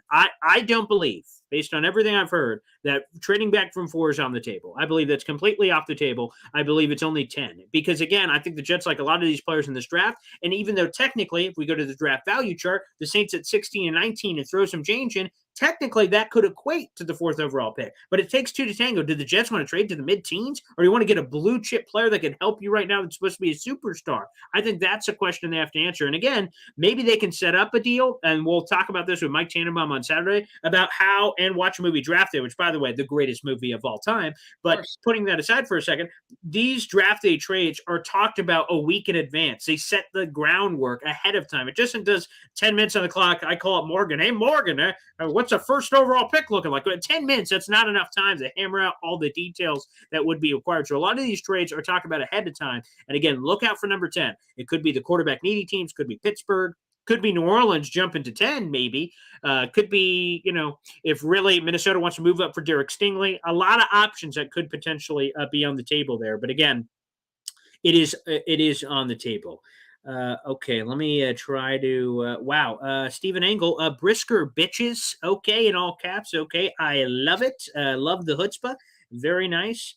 Vinny and the Jets, did you guys ever put football pads on? I will say this personally. I did not play at the college level. I only played at high school football. 3 of those years for the Oswego High School football team. Go Buccaneers, go Bucks. And I will tell you, I played both running back and cornerback. And, I was kind of buried on the depth chart for a while. We had this guy named, no one's going to know who this is, but Damian Williams on our team. No, not the future NFL star, but he might as well have been. He ran for over 5,000 yards in his high school career, and one of the greatest players in Oswego football history. So I guess wrong place, wrong time for me, as I was holding the old clipboard there, telling Damian where to run, telling him what pass to take. So I did play football. I was the shortest running back ever. They wrote it. I have it laminated on a newspaper in a couple of these team awards that I won, and it says 5 foot, because again, I weighed a buck nothing. It's that what's that Notre Dame quote? 5 foot nothing, 100 nothing. That was me. I was 5'2" and 120 pounds. And he said, "Wow, look, he got that 1 yard touchdown." I was like, "Yeah, you bet I did." So yes, I did. Morgan, did you put the football pads on? Yeah, I did. I played high school football. I was a wide receiver and a cornerback, and my career did not move past high school. As you can see, these lanky limbs. I was about to say, you look like a lanky Gumby guy over there. Didn't end up going to the college career in my lucky life. I see like your arm is now like taking out your video. It has now made it blurry. Yeah, I see that. 1 second. So see, that's it. I hope it was worth the comic effect of throwing your Limp Biscuit up there to suddenly go blind. You may have to step back out and come back in. Yeah, it looks like I will. why don't we do that? Yeah. Look what you did, Vinny and the Jets. You've completely thrown this amuck here. We may have to just kind of drop him out and bring him back in. Let me try this. I'll try to throw him in now. Nope, still blurry. All right, I'm going to completely kick you, Morgan, and then we'll bring you back in a second. So I'll kick you out. Morgan will come back here in just a second. See, Vinny, look what you did. You completely threw him off his game. By the way, another quick reminder, everybody. Make sure that you guys support the channel. Hit the thumbs up on YouTube. Hit the subscribe button. You guys can always super chat to make sure you jump in line. Again, that's on YouTube. You pay a small tip, and you can jump in and make sure we answer your question. We'll be on here for a few more minutes. All right, let's bring him in. Better. Yeah, there we go. Okay, leave your arms down, Morgan, for Pete's sake. Sure. Wacky waving, inflatable arm flailing tube man over there. That'll do it. Let's bring that down. Okay, let's bring in a couple more comments here. Jets gang, Jets, Jets, you bet your sweet cheeks. Let's see. Yep, we talked about him earlier. J.E. Brandon Smith, the linebacker out of Penn State, and I think Morgan described him beautifully as kind of a Madden player that's kind of got a lot of traits. Could be a traits guy, and that's how people are drafted. It's not always what you did in college; it's what they think you can do in the NFL, right. Which could be interesting. On that, let's go to Call. What's up, guys, on Facebook? Hey, what's poppin', baby? Welcome to the show, and hashtag Jet Life. Boom! Hashtag Jets Life. All right, Morgan, I want to transition now from the question to some of the stuff that we had prepared, some general draft questions or whatever you have. We'll kind of dig into some of that. And again, real quick, if anyone has any final questions they want to get in before we sign off, feel free to throw them in there. We'll try to get a few more in before the end of the show. But again, we talked Penn State, we talked Jets, we talked draft. What else we got, Morgan? Yeah, no, I had a couple more nuggets on Penn State players. Just wanted to drop the guys I think that will probably go later on, obviously, in the NFL draft. One guy that you probably never heard his name, and you're not going to hear him in a mock draft. He's not going to get drafted. His name is Drew Hartlaub. He ran a 4.22 40-yard dash at Penn State's pro day. So you're like, why are you bringing this up? Who cares? Yeah, that's great, but what did he do? So he was a gunner at Penn State, only on punt return and kickoff return, that kind of stuff, right? He was the first guy down there every freaking time. And so the reason why I bring this up is there was a guy on the Minnesota Vikings. His name is Dan Chisena. He played at Penn State in 2019. He is still on their active roster as a gunner in the NFL because of his track speed. I think Drew Hartlaub will 100% have an NFL career. Someone's going to bring this guy in and say, hey, get down there and attack the kick returner, punt returner. So that's just one guy I'd love to give a shout out to. He had a really good, career at Penn State just for doing that role. He knew what his role was on the team. He did it every single time. And he didn't complain about it once. He obviously was a safety defensive back at his time at Penn State, but he never saw the field in that capacity. But he had 4.22 speed, blazing pro day speed. From heart lob to heart throb, potentially in the NFL. Absolutely, Very man. nice. He's going to be a really great addition to some NFL locker room just because of that blazing speed. And again, if you're trying to get all those pieces figured out, I know special teams is such a, think about the NFL playoffs with Green Bay last year. And you're like, man, if they just had that's a good point. Shirt up. If we just, had somebody here, we had, the right person in the right position, we have better special teams coach, whatever the case may be. Every man on that 53-man roster matters. And so I think Drew Hartlaub would be a great practice squad kind of depth guy for the blazing speed, of course. A couple other guys, Jesse Luketa. I think Jesse Luketa will be another really good addition to the NFL draft pool. Probably won't go until day 3, right? Just like Shaka Toney last year to the Washington Commanders. But yeah, Jesse Luketa, he's a Canadian football player, came from Canada, went to Mercyhurst Prep, and then played at Penn State. He's Micah Parsons' best friend, man. If you watched the NFL draft last year, you saw Jesse with Micah when he was getting his name called backstage, but he's got a heck of a lot of talent, and the biggest thing about Jesse Luketa is versatility. He's played linebacker at Penn State. He's played defensive end. Most likely will play edge rusher in the NFL just because of his speed and stuff like that, but he's willing to do it all. He said, hey, coach, how can I help you? That's what he came into practice this year and said, what can I do to get on the field? And they said, man, we're thin at defensive end. He said, shoot, I'll go there. and immediately goes to defensive end, explodes, has a one-handed interception against Ball State for a pick 6 this year. He's really a really great talent. Rasheed Walker, of course, the left tackle from Penn State this year. Yep. A lot of guys had him go in the first round going into the season, but he didn't, obviously play at that level. Penn State had all kinds of offensive line issues, so that's a reason why he's not. But again, he'd be a great development piece for your team. And Tariq Castro-Fields, 4.38 40-yard dash in the NFL Combine. He's another guy, a lanky corner to look out for. So really excited. That's a great question. What's the lowdown on Rasheed Walker? Is he a day 3? Absolutely. Okay. Development. You think about Mekhi Becton. I know he's working out, and I know he's trying to get back to, obviously being a first-round talented player. And I know he's capable of being that. But injuries have riddled his career so far this season. You'd love to have young depth there. Again, Rasheed Walker is another guy that probably needs a little bit of hand-holding when you get to the pros. What do I do? How do I do it? The one thing that, and I'm not sure what this is, and I'm not sure if it's a good thing or a bad thing, but one thing I will say is players that get injured, the one thing that they can help other players with is, I've been there, right? If whoever it may be, Carl Lawson, sure. Mekhi Becton, I've been there where my NFL career has been delayed because of the injuries, and I've overcome that, and I'm still on the football field. I think that lesson in itself can be so valuable for other NFL young players that are coming into the league. If they get hurt in training camp, if they get hurt before they even get to see their time on the field, how do I recover? How do I stay focused? How do I maintain? How do I be part of the team still? All those kinds of things that these guys have had to deal with over the last couple of years, I think that experience is invaluable. And so being able to share that with rookies and young players in the NFL, I think that's going to be a tremendous opportunity for guys like him to kind of share that with them. I think Rasheed Walker is a developmental piece. He's definitely not a starter in the NFL right now. But he, again, going into this year in college football, he was mocked in the first round for a reason.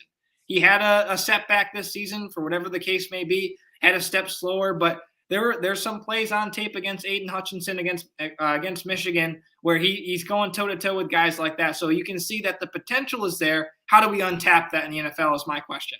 Well, luckily, if he wants some holding hands on injured players to have experience with, the Jets are the perfect team, quite frankly, because of all the injuries they've had over the last couple of years. They would be more prepared than perhaps any team in NFL history to be able to answer that, I would think.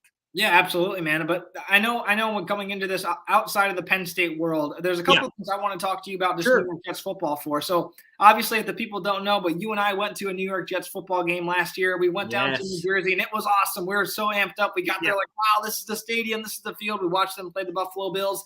And within the first 20 minutes of the game, it was over. The Buffalo Bills. I don't know if I would agree with that. Remember, because again, I can't blame you for having that optic on it. Sure. For those who remember, that was the Mike White. Again, we thought he was in full flower. We decided to go to the game. By the way, we were this close to going to Jets Bengals, and last second we said, no, come on. The reason why we didn't is because Mike White was going to play. We're like, well, if it was Zach Wilson and Joe Burrow, sure, but Mike White, I don't know who this guy is. This could be a bloodbath. So we did not go, and of course, that's like the magical game of the year, right, where they beat the Bengals, and Bengals end up in the Super Bowl and all that jazz. But in that Bills game, actually, it was quite competitive through the first half. And really the thing that gave it away is a lot of just things just fell apart.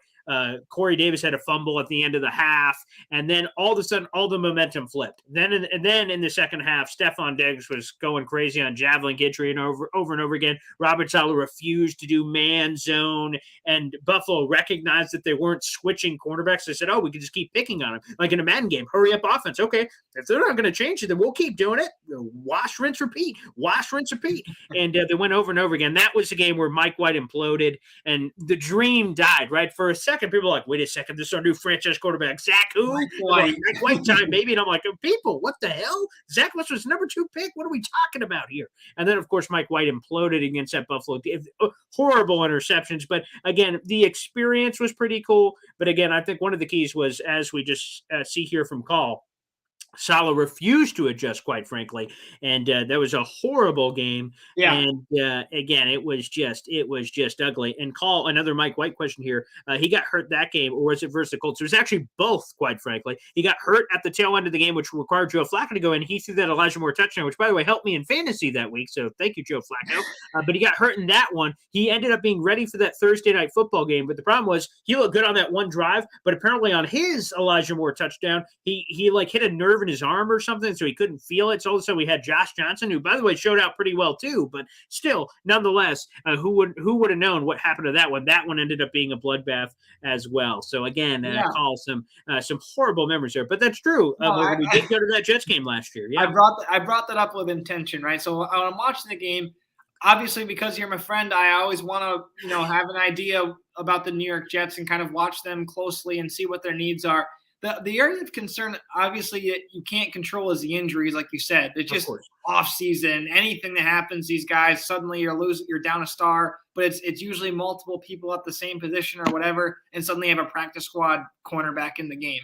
Mm-hmm. So my question for you, first off, about the New York Jets is, what position are you most concerned with going into the NFL draft as far as depth goes? So what position is it? Offensive line, defensive line, cornerback, safety? Oh, this is an easy question. Right. Where are the Jets missing enough depth where even if it's not the first, second round in the NFL draft this year, later on picks, day 3 picks, where can they establish more of that depth going into the season? Yeah, this may be the easiest question you've ever asked. Call says, good question, and it is a good question. To me, it's offensive tackle, and that's going to piss a lot of people off that are watching. I'm going to get angry texts. I'm going to get death threats. I'm going to get someone who craps in that paper bag and then lights it on fire and rings my doorbell. I'm like, no! I'm going to get a lot of those. It's offensive tackle, and here's why. Because you mentioned depth, and I say that the Jets should 100 and 1,000% draft an offensive tackle on the first 2 days of the draft. Specifically for me, it's got to be one of those top 38 picks. So they have 4 picks in the top 38. To make sure I say this eloquently, they have 4 picks in the top 38. One of those should be an offensive tackle. You have George Fant. He's entering the last year of his deal, and he's on the wrong side of 30. Again, he has less tread on the tire than a normal 30-year-old would have, but still, again, it's not like he, as Connor Hughes put it in his piece, he wasn't Jonathan Ogden out there. So it's not like he was some superstar. He was very good.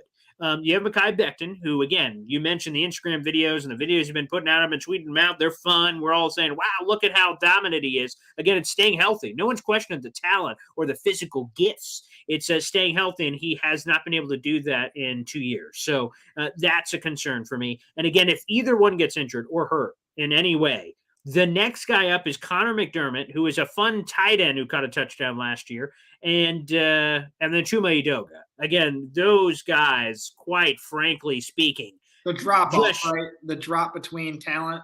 Yeah, when I say depth, like, okay, those guys should be, carrying the bags and putting them in the back of the bus. I mean, that's what they should be doing, not protecting the franchise quarterback, Zach Wilson. I mean, Connor McDermott, I mean, it's just gross. And I'm purely, when I mention this, because I see already the eye rolls and the laughing emojis. Again, I'm seeing them, and I'm seeing comments like this from Kyle, where he's laying out all this offensive line. Again, I am specifically talking about offensive tackle. I think interior, you're pretty good. Again, your starters, you have Laken Tomlinson, who I like a lot. You have Elijah Vertucker, you have Connor McGovern. That's fine as a starting unit. And some of these other names that Cole has in here, you have Dan Feeney, you have some of these other guys, which are interesting. I'm talking about specifically an offensive tackle on the edges. Because, again, if those guys, either one goes out, Connor McDermott steps in, and Chuma Edoga. Again, that's just not good enough for me. Zach Wilson can lose his life. We saw what Greg Van Roten did when he was in there last year. First off, he's the reason Mekhi Becton got all his ligaments torn up, because he got blown up, and the guy got beat so bad that got whipped into the back of Mekhi Becton's leg, which hurt him. So it shows you how important a good offensive line play is. But Zach Wilson himself, Zach Wilson saved so many sacks because he just went woo and did a juke and then kind of rolled out the pocket and kept plays alive and did crazy crap. Like, if they would have had an immobile quarterback, like let's say Mac Jones, he would have been dead. There would be a gravestone in the backfield where Mac Jones once lived, because that's where they would have been at from that lack of mobility. So Zach Wilson basically doing what he did saved a lot. Like, he got sacked a lot, but it would have been a lot worse if he didn't have the athletic and improvisational skills that he did, quite frankly. So long story short, to answer your question, again, it's offensive tackle. It's easy. They need depth both in the future. Obviously, 2023, we don't know what's happening with Fant and or Becton, but to have that break the glass guy that can help out immediately, again, I just think it's good. Let me just drop in a couple of these in here. Call saying, yep, he got tossed like a rag doll, no question. Super questionable, and God bless he still has a job with the Jets. Good for him. ZW, Zach Wilson definitely had to use his wheels to escape the pressure, no question. So good athletic ability there. But to answer the question, Morgan, no doubt about it, got to go offensive tackle. Yeah, I mean, outside of offensive tackle, do you ever have any concern about the depth at the quarterback position? I know Joe Flacco is a great locker room guy, and obviously he's, I saw the post with Zach Wilson calling him dad, as he's like the father figure in that locker room. And you think about Mike White, yeah, it was great last year. But you look around the league and you start thinking about secondary quarterbacks. What happens to Zach Wilson? What if he's out multiple weeks next season? Where do we turn? How do you feel about the depth at quarterback? And do you see them taking like a Bailey Zappi or someone like that in the draft? Again, I'm not saying to replace Zach Wilson or obviously be a franchise piece. I'm saying as a NFL backup forever, right? Do you ever look at one of those guys that like later on in the NFL draft and say, man, he's there. We have a late round pick. It'd be great to start developing another young guy just in case if something happens. Absolutely not. I think and this is how the Jets feel as well. They've brought back Joe Flacco. They re-signed on a 1-year deal. Mike White was brought back on a restricted free agent deal. That's the quarterback room. It's going to be Zach Wilson, Joe Flacco, Mike White. If you drafted a guy, to your point, you'd have 4 quarterbacks. That is malpractice in roster management and roster construction, because if you try to stash that guy in the practice squad, he gets stolen. So you're screwed there. So you can't. Joe Flacco, the money he got with $3.5 million guaranteed, he's not going anywhere. Mike White's restricted free agent deal. So no, they're screwed. And that sounds like a bad thing, because I guess it has negative connotation. They're going with the 3 quarterbacks they have. So they can't add another one. Now, if in the future, like Joe Flacco just decides to retire and Mike White maybe wants to seek starting opportunities in the future, maybe he does. Maybe he buys the hype that, fans are throwing at him on Twitter, and he says, you know what, I don't want to hold clipboards. I want to go on. Then you look for a quarterback. And while you would like in theory to be progressive about every hole on the roster, that's not one that's going to happen. So there's going to be a level of continuity there. There's going to be quarterbacks brought back. So they are fine at quarterback. I do not anticipate in any way that they would take one late, because again, you already have the 2 on the roster and they're 100% going to be there. There's no way you can carry 4 quarterbacks. Yeah, no, I totally get it. I see Bailey Zappi's game, and again, I know he's going to be probably a day 3 pick or maybe a late 2nd round pick. I don't know. And Nicole Lentz's agent, who's phenomenal. That's Quinnen Williams' agent. She's great. Yeah, I just see him. I could see him fitting into a team like New York, just developing. He's a gunslinger, right? What's Zach Wilson? He's a gun. That's his mentality, gunslinger. Sure. I want to throw the ball down the field, and that's what Bailey Zappi's career has kind of been all about. And so I thought maybe, again, I know with the financial, obviously, obligation they have with the other quarterbacks, it probably wouldn't work out this year, but he'd be a great candidate for future depth behind Zach Wilson. Again, just getting someone else that's a younger guy that's maybe untapped potential, where you've kind of seen what Mike White can do, and you're not, hit or miss with Mike White. Joe Flacco, you kind of already know what he's going to be able to bring to the table. It's probably not going to be multiple wins in a season, Actually, I'll take that step back and just slightly, although you kind of show your cards to the rest of the NFL, so maybe it won't work out. Mike White, when he was initially slapped with an original round tender. So here, let me explain what that means to people. So as a restricted free agent, the Jets had a couple of choices. They can slap an original round tender. What that means, if another team signs him to an offer sheet and the Jets don't match, they get the draft pick, which was originally invested in Mike White, which, by the way, was a 5th-round pick by the Dallas Cowboys back in the 2018 NFL draft. So that's what they did. Or they could have given him a 2nd-round tender, 1st-round tender, and all these other things, and thus whatever team signed him, they would have to give up that kind of compensation. They did an original round tender. And again, if any team would have signed Mike White to that, and Mike White didn't sign his own free agent or restricted free agent tender, the Jets would have gotten a 5th-round draft choice. And from what I understand, there was interest around the league for Mike White to go somewhere else. Significant interest, from what I hear, about him potentially signing elsewhere. Now, he ended up signing. He likes the Jets. He wanted to come back. He likes the room. But here's something to keep in mind potentially.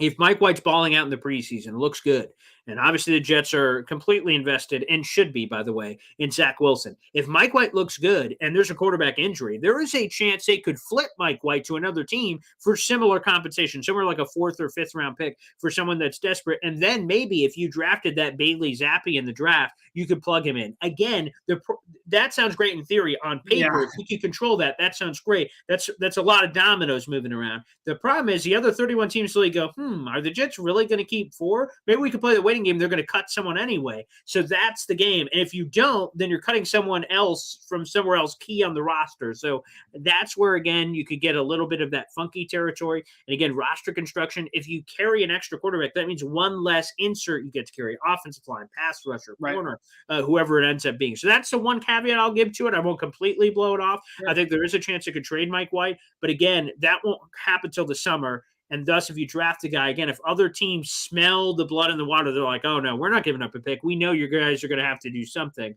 So maybe that could happen. But perfect world, sure.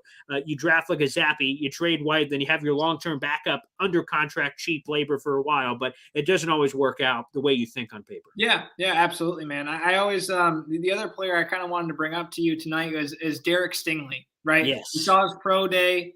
The Jets could take him at 4. They could take him at 10. Obviously, he's an elite talent.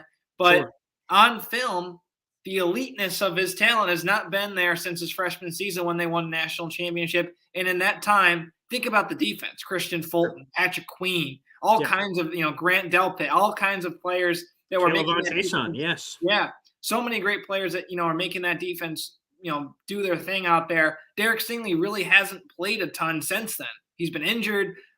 He have seen, like, I watched the UCLA game this year, and he did not look like he wanted to really be out there. There was one play in this UCLA game where there's a screen pass going to the right, and all he has to do is maybe just, blow, and the guy's going to go out of bounds. But he doesn't even touch him. He just lets him go, and the guy ends up scoring a touchdown on this play. So, prisoner of the moment here.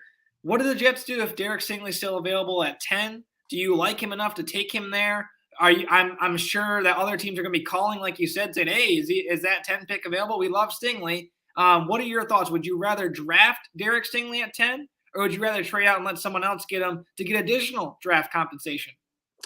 Here's the thing. It's an interesting question. I think Derek Stingley's floor, personally, to me in the draft, is 12 at Minnesota. I can't see if he's on the board for Minnesota, I can't see them passing on him. I see them bringing him in, and a fellow LSU guy, Patrick Peterson, maybe being a mentor of sorts to him there in Minnesota. And again, there's so many stops. Like, again, if he somehow fell past 12, then the Eagles at 15 would never let him pass. Like, there's so many stops that there's like, what I'm going to answer your question with doesn't exist, but if somehow it does, because anything can happen in the draft when you start, kind of sliding back there. The thing I would say is, if somehow he was in the late teens, early 20s, again, I don't think that happens, but I guess anything can happen in the draft. And this is the craziest NFL offseason of all time. If that happens, I'd sneak up from 35, but 10, it just seems like no matter what combination of choices you make, there's somebody there, because again, so the only way you do that, there's no way you draft Sauce and Stingley, right? So you go, let's just say edge it for whoever you want. We all debate and argue about it all the time. KT, Jermaine Johnson, Trayvon Walker, whatever. You go edge there. Let's say go wide receiver at 10. Because again, I just don't think you would go for the corner. Again, I like Stingley. I think he's super talented. And quite frankly, Joe Douglas's history is he's been willing to risk it to get the biscuit. Mekhi Becton had kind of, red flag issues coming up, but a high upside player. Zach Wilson, another high upside player that he used for first round picks. So Joe Douglas has a bit of a track record with willing to risk it to get the biscuit. So maybe this goes right in line with that. I think he's a super talented player. Again, you mentioned the 2019 tape is absolutely elite. He looked phenomenal. The Liz Frank entry was the latest one. So seeing him at his pro day, running all over the barnyard, looking fantastic, makes me feel a lot better about it, to be candid. But because, okay, let's play the game out. Okay, you have DJ Reed. You just gave $33 million. Of course, he's a starter. Michael Carter II is your best corner in the slot right now. He's a starter. If you draft Stingley or Sauce, of course, they're a starter. But what about Bryce Hall? What about Brandon Echols, who started a bunch of games for you last year? Now, okay, you have great depth, which that would be my argument. But would they do that? They have so many other needs. It seems hard to believe that would have been the case, quite frankly. So super talented player, but I just feel like fit and how it's all going to work out, honestly, I don't feel like that's going to be a natural fit for the Jets. I think there are too many other teams that are interested. By the way, I'm going to throw a couple of random comments I'm seeing in here. NYJ, Jets, Mets, Knicks, Survivor. When I played back in the day, you played running back and linebacker, and I was only 5'6", 190. I will say this because, again, I love talking about myself. There was a time in practice, again, in high school. Now I'm like fat, but back in high school, I was like 5'2", 5'3", and like, I don't know, maybe 130 pounds. Again, there was not a lot of Brutus beefcake to the frame, but we had so many injuries in practice that the coach looked at me and said, Paul, we need you to play middle linebacker. And I said, we got to do what we got to do, boys. And I lined up and played middle linebacker. And again, a lot of the teammates obviously looked at the size, went, eye roll. They're like, run to Paul. And that's what was going to happen. I got to tell you, I had like the best practice day of all time. I have the practice jersey actually framed. I never washed it, which is probably gross, but I had it still. It's got the 25 practice jersey that they said, they threw it at me and said, hey, Paul, you got to wear this because you're the middle linebacker now, which is, again, by the way, Boy Green 25. People ask that all the time. That was my jersey number in high school. I was a big Reggie Bush fan. So, hey, there you go. A little story behind the story. But I played middle linebacker, and I like made like 10 plays in a row where I sniffed the play out in the backfield, and my little squirmy squirrel ass like jumped in the backfield, got a TFL, and started doing like Ray Lewis stuff. And people said like I was possessed by like some sort of Dick Butkus ghost or something. So for that small bit of time, I was like the greatest linebacker in high school history for like whatever that random practice day was on a 2-a-day in the middle of the summer. And then like they never asked me to do it again, and probably for good reason. So I retired on a high note as a middle linebacker, but yes, 5'2", 130-pound middle linebacker. So even you, who claimed to be small at 5'6", 190, you had a couple pounds on me, a couple inches on me, pal. So there you go there. But great stories. I miss high school football, to be honest with you. The camaraderie, the chemistry. And one of the notes I'm even now as a father, people say that time goes by so fast. I remember the coaches at the beginning of every football season being like, guys, we only got, 8 games, 10 games, 12 games, whatever it was on the schedule. This is going to go by quick. Because if you break it down to, you have your tape study, you have practice, game, and then just watch, rinse, repeat for 8 weeks, whatever it is, film study, practice, game, film study, practice, game. And especially during the long summers of 2-a-days, I said, oh, hell no, there's no way this is going to go by fast. We got these goddamn 2-a-days, which kids don't even do nowadays. I have no idea what I'm even talking about. But, we had all that, and I was like, oh, boy. No way. But time flies. That's the thing I'm learning as I'm getting older. Again, I turn 29. Oof. I turned 29 in like less than 2 weeks here, April 26th. It's always around the draft, which speaks to my passion for the draft and why I love it so much. But again, getting close to that 30 number. Wrong side of 30, as we say in the business in the NFL. Getting old, getting up there, getting that second contract coming up. So, but time flies by fast. And that's what they said about football. So I miss the heck out of football. And I was a beast. There you go. I love it. Hey, man, overcoming the size. That was nice. Oh, wait, the nickname was Rhino Kamikaze. Good Lord, what a great nickname. I had all day nickname. That was my I have the jersey, a custom jersey in the closet. We did this weird chant. Let me see if I can remember it. It was a cool juxtaposition in high school. So on the sideline, right, there's me, again, 5'2", 130 pounds. We had this offensive lineman on the team named Big Larry, and he's probably 6'6", 6'7". And I don't even know if that's really true, but to me, he seemed that big because we were like this. So he was and he would ask me, what time is it? And I'm like, game time. And he'd be like, how long? I'd be like, all day. And that was kind of the chant and rant we did before we ran out in the tunnel. So we did that throughout my high school tenure. So the nickname All Day is another one. That did not translate, apparently, to football. Boy Green is what I go by now, but that's a true story. All day on that. And yes, call the ghost of Dick Butkus and Mike Ditka. There you go. Wait, 29 is young. Try 38. Woof. Sorry, call. But you got some experience. That's what I call it. Some battle scars. Some battle scars. That's as well. Some great comments here, by the way. And guys, I want to give another shout out before we go on to some more questions. Again, guys, thanks for joining us. This was kind of an impromptu live stream, the longest one we've ever done here, nearing an hour and a half. So this is awesome. This is cool. And I'm glad Morgan, our special guest, who's been so gracious with his time. So yes, let's go through a couple more quick questions, everybody. And again, make sure you show your support. Like the video on YouTube, hit subscribe, and show it for some more great content. Morgan, let's give us a couple more questions here, and then we'll get out of here. Yeah, sure, man. Absolutely. So the other thing I was talking to you about, a couple of days ago was the desire, and you kind of touched on this already tonight, the desire to get the Jets a bruising running back, right? Mm-hmm. They have Michael Carter. They have Tevin Coleman, right? They have P. Ryan. There's guys that have that frame, but who's, I think about what Tennessee did last season.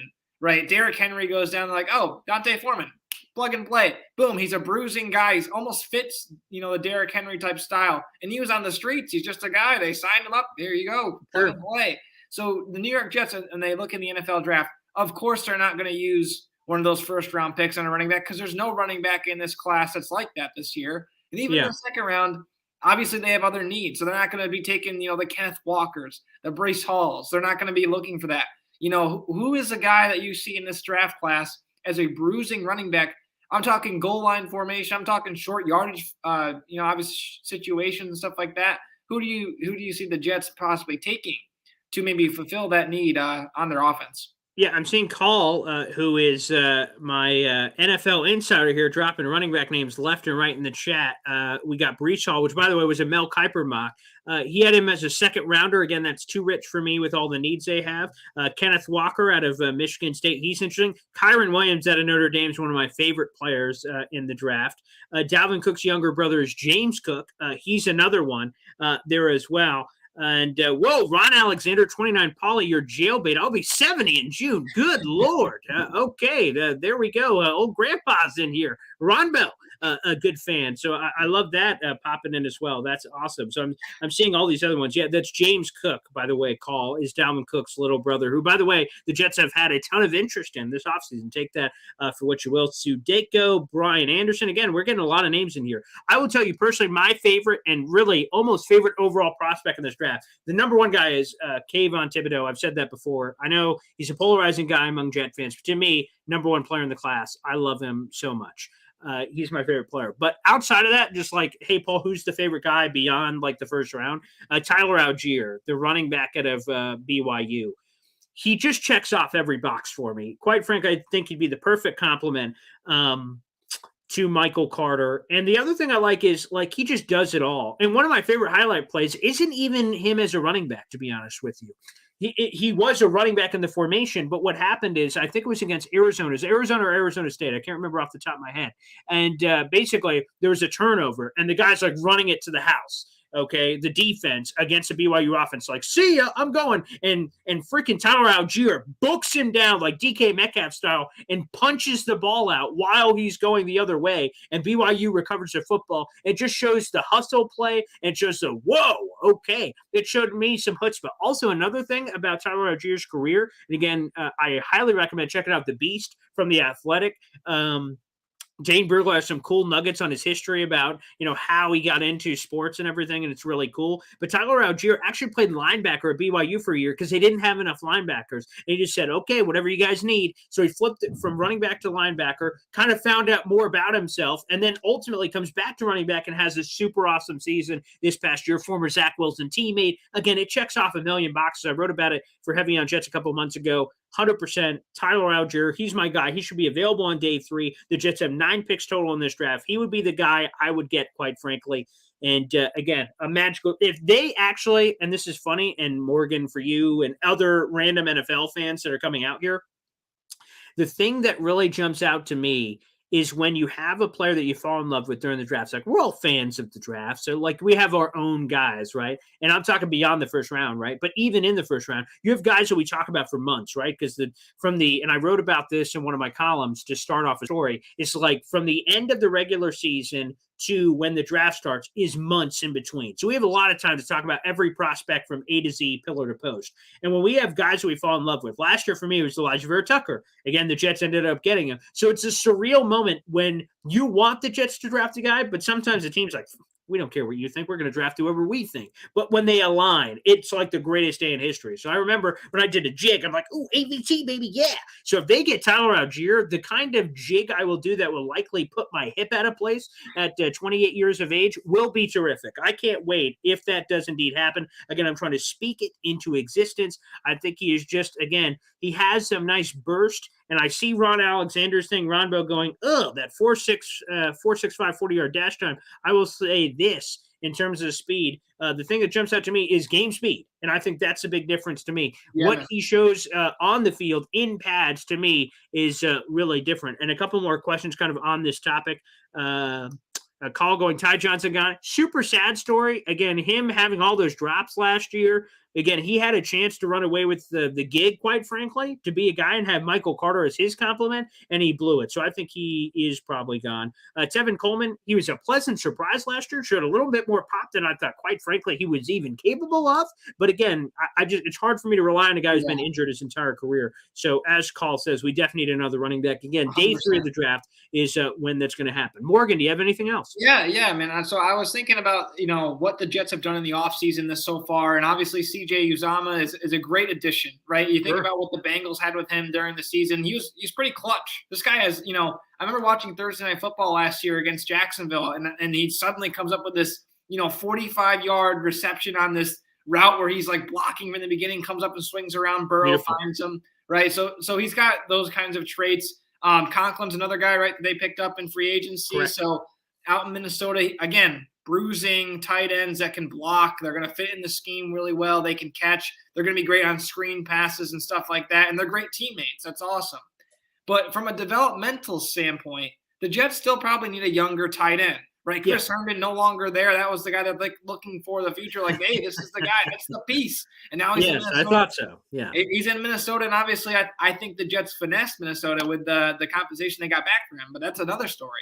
Yeah. My question for you is Isaiah Likely out of Coastal Carolina is probably my favorite. I know Trey McBride, and there's a lot of other talented tight ends in this class, but there's an Isaiah Likely highlight that is likely very watchable if you go on YouTube, as they're playing Arkansas State. And I think Grayson throws him like maybe a 5-yard lob because he's so wide open. And he takes it like 98 yards to the house, talking about speed from a tight end position, great hands, great size. I love Isaiah Likely. I don't know how you feel about him, but he'd be another awesome piece to add to that tight end room, because at some point, I don't think Uzomah or Conklin are ever going to be, one of the top tight ends in the NFL. They're just not going to be that kind of high volume catches where they're going to be, the Travis Kelce's, the George Kittles of the world. I think that if they brought in a young guy in the draft at the tight end position to develop, because you never know what's going to be the future with these guys they brought in free agency. You still need a young guy to start, coming through the organization. What's the future of the room looking like, right? You can't have all these old guys in here and saying, yeah, we're fine now, but what about later? I think Isaiah Likely would be a wonderful addition to the tight end room. And obviously there's other tight ends that would fit that mold too. But what do you think about Likely? What do you think about the tight ends in this class? Do you see the Jets picking up one of those guys? Again, another unpopular take, I'm sure. I fully expect the Jets to use a day 3 pick on a tight end. They do have CJ Uzomah, who's one of my favorite pickups of free agency. I just think he has so much potential. And I like Tyler Conklin a lot. But you need a young guy to develop. Now, a lot of Jet fans would hope that would be Kenny Yeboah, the former undrafted free agent out of Ole Miss. And he showed some pops in preseason, but again, he's just so raw. I hope he could be that guy for the Jets. He'll probably be another year on the practice squad. But I'll run through a couple of names that I think either have been mocked to the Jets or there's some interest. Charlie Kolar out of Iowa State is a guy that a lot of people like. Dane Brugler in his recent mock draft had Jake Ferguson out of Wisconsin as a guy that the Jets like a lot.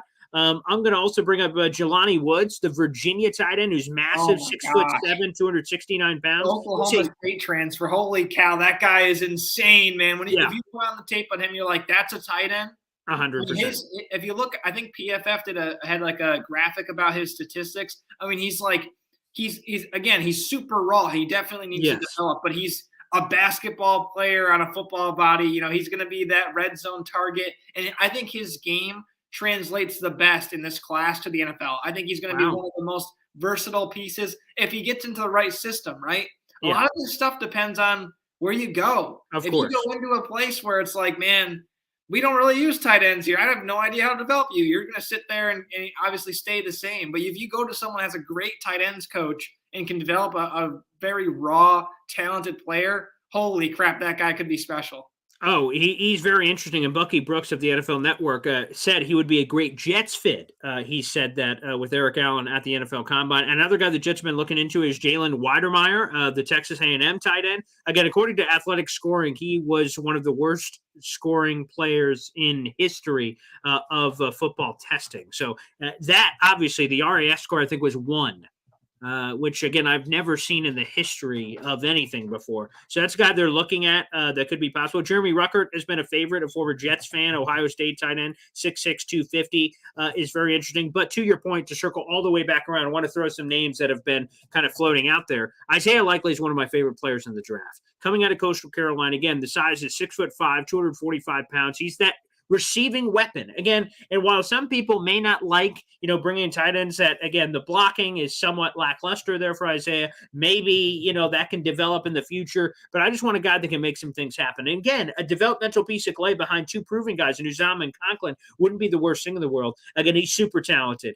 And he would be a guy that I'd be willing to throw a dart throw for if he's available there on day 3. I think a lot of people are going to like him because of the raw traits and the raw tools that are there for a guy like Likely. But I think he's one of the most underrated tight ends in this entire class. 1,000% I'd be interested, quite frankly, again, to have a level of insider conviction here. From what I've heard, the Jets, again, anything can happen in the draft. From what I understand, 100% the Jets are going to take a day 3 dart throw. Again, trades and other things may be able to change that perspective, but I think they plan on taking one, again, because they are not going to get complacent. They're not going to get satisfied, and injuries happen. And Jet fans know that, unfortunately, more than anybody. So to be prepared for those scenarios, that's why earlier in the offseason, when someone just said, like, again, this is no longer going to happen outside of a dramatic fall, Trey McBride, unless he's there at 69, maybe that changes the Jets' mind, but I don't think he will be. But, take Trey McBride and then your tight end situation solved. What if he gets hurt? Then your tight end sucks. So I love the fact that the Jets pivoted and got 2 really, really talented tight ends. So I would love to answer your question. Long story short, Isaiah Likely would be a phenomenal guy, super young, super tradey, and I think he could be talented. Yeah, wouldn't make a lot of sense. I just think, over the years, so many teams started to adapt and start using the tight end as, an additional receiving threat who become, mismatch nightmares from a linebacker or safety position. And I feel like the Jets have just been that one team that just like, Ryan Griffin, he's pretty good. Let's throw him out there for a while. It was so gross last year. It was. Yeah, I will say this, that we were getting to the end of the preseason, and the Jets cut all their tight ends on the roster. They cut Ryan Griffin, everyone. They just did a clean sweep. Everyone except, I think, Tyler Kroft, they cut. And I said, I tweeted out because I was an idiot, right? I'm like, oh man, that means they're going to trade for somebody. That means something's coming. Why else would you do that? So they basically cleaned the tight end room out. I'm like, yes, finally. The tight end room sucked. This is going to be awesome. And then they just signed them all back the next day. And it was just some cap maneuver real quick, but it gave us all a false sense of hope for just a second. Oh man, a big trade's coming. Something big's happening. And then it didn't. And how underwhelming. That's one of the biggest misses by the Jets heading into a season I can remember, because it's one of two things happened. Because remember, new coaching staff coming in with Robert Sala and Mike LaFleur. Either the coaching staff said, Ryan Griffin, Tyler Kroft, we can do this. So either the coaching were idiots, or the front office was an idiot saying, tight end's fine. Either way, or both of them were idiots. That's fine with me. A, B, or C. And then they completely blew it. And what a horrible thing for Zach Wilson to be thrown to these garbage, trash-ass tight ends, to have that kind of crap. And finally, they said, okay, we can't play around anymore. Daniel Brown, Ryan Griffin, who the hell are these people? I'm glad the Jets moved on from a lot of these scrubs. Jesus. I mean, for God's sakes, this is what you when they trotted this out. I'm like, are you kidding me? This is it. This is what you're proud of. This is what you're putting on your refrigerator for mama. Well, Mom, we got Ryan Griffin. She would be like, oh, leave. It's almost like you're a kid that's ugly. You're like, oh, you're ugly. Jesus, just call it how you see it, man. It was just disgusting. So I just love the fact that they said, okay, let's stop playing around. Let's get some tight end help. And obviously they did. And I think 100% D3 dart throw is coming. Yeah, no, I think Isaiah Likely, any of those guys would be really good additions to the room. Again, they probably don't need a number 1 tight end in the draft. They just need somebody that can develop. They need someone that can be there for the long term, right? You never know what these guys, they sign in free agency. Maybe they won't like New York. Maybe they'll hate it. Maybe they'll have an injury where they need to go somewhere else and reset their career again. Hopefully not, of course. But if that does happen, again, I think you just need a developmental piece in that room, which would be great.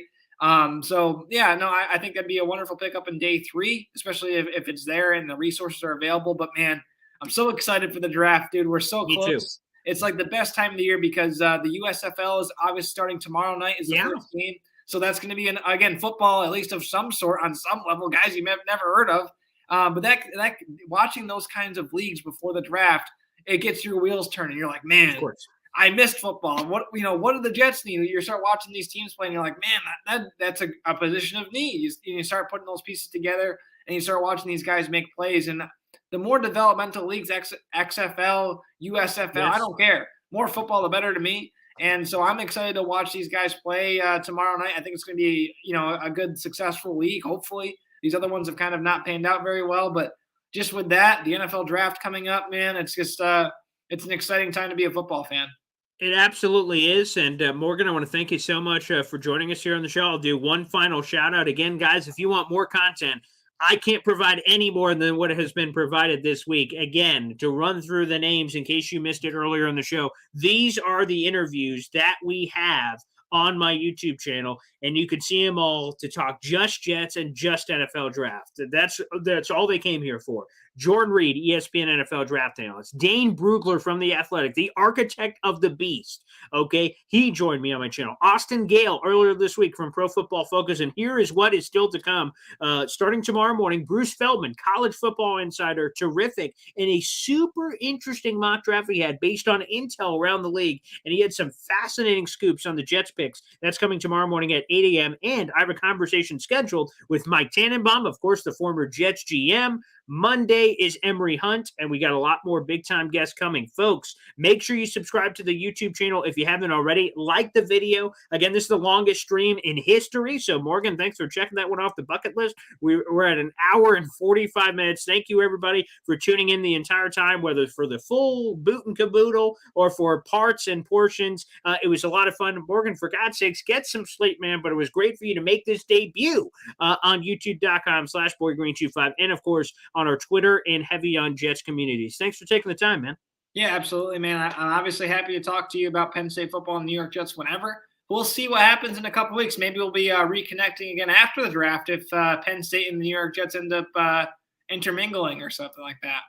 That certainly could happen. By the way, that is the plan for folks. Here's kind of the lay of the land for what's coming over the next couple of weeks. We'll be doing a couple of live stream opportunities, talk to a couple of draft insiders after the Jets make their picks in the first round. We will do a live stream. Speaking with the draft insider, get the raw emotions and thoughts on what the Jets did. We'll also be doing stuff at the end of day one where I'll be going live with you guys, the fans, reacting to it. We also have day two, talking about the top prospects that will be available and best fits for the Jets at both 35, 38, and 69 coming up on day two of the draft. And that last point from Morgan, that's going to be a brand new series that'll be coming out literally as soon as the Jets picks are made. I'm going to be reaching into my sources and contacts to bring you guys an elite insider on to talk about wherever they came from. If the Jets select Penn State players, we'll be talking with Morgan Chapman. If they grab them from wherever, Alabama, LSU, doesn't matter. We'll be bringing on insiders from wherever they came from so you guys can learn more about who these new Jets are. Again, I'm so excited to launch that series.